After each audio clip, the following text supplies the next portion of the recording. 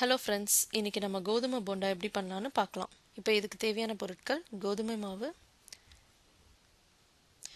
கடலை மாவு, வெங்காயம், கருவேப்பிலை, பச்சை மிளகாய், கொத்தமல்லி, உப்பு, பேக்கிங் சோடா.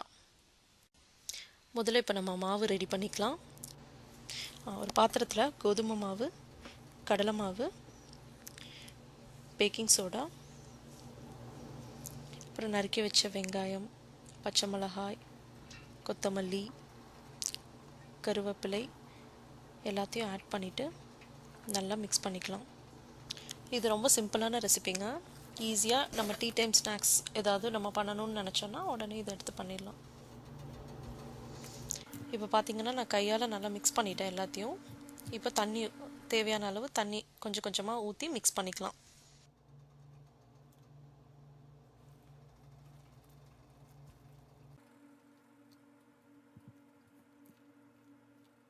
ரொம்ப தண்ணி மாதிரி இல்லாமல் கொஞ்சம் இந்த பதத்தில் இருக்கிற மாதிரி பார்த்துக்கோங்க. உப்பு நான் மறந்துட்டேன், முன்னாடியே போட்டிருக்கணும். இப்போ நான் ஆட் பண்ணிக்கிறேன். நல்லா கலக்கிக்கோங்க.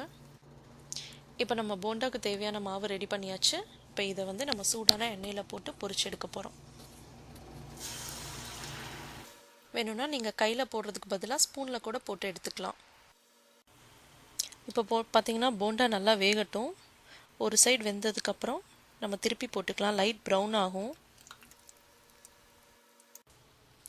இப்போ பார்த்தீங்கன்னா ரெண்டு சைடுமே நல்லா வெந்துருச்சு. இப்போ நம்ம எடுத்துடலாம். அவ்வளோதாங்க. இப்போ ஈஸியான டேஸ்டியான கோதுமை போண்டா ரெடி. ட்ரை பண்ணி பாருங்கள்.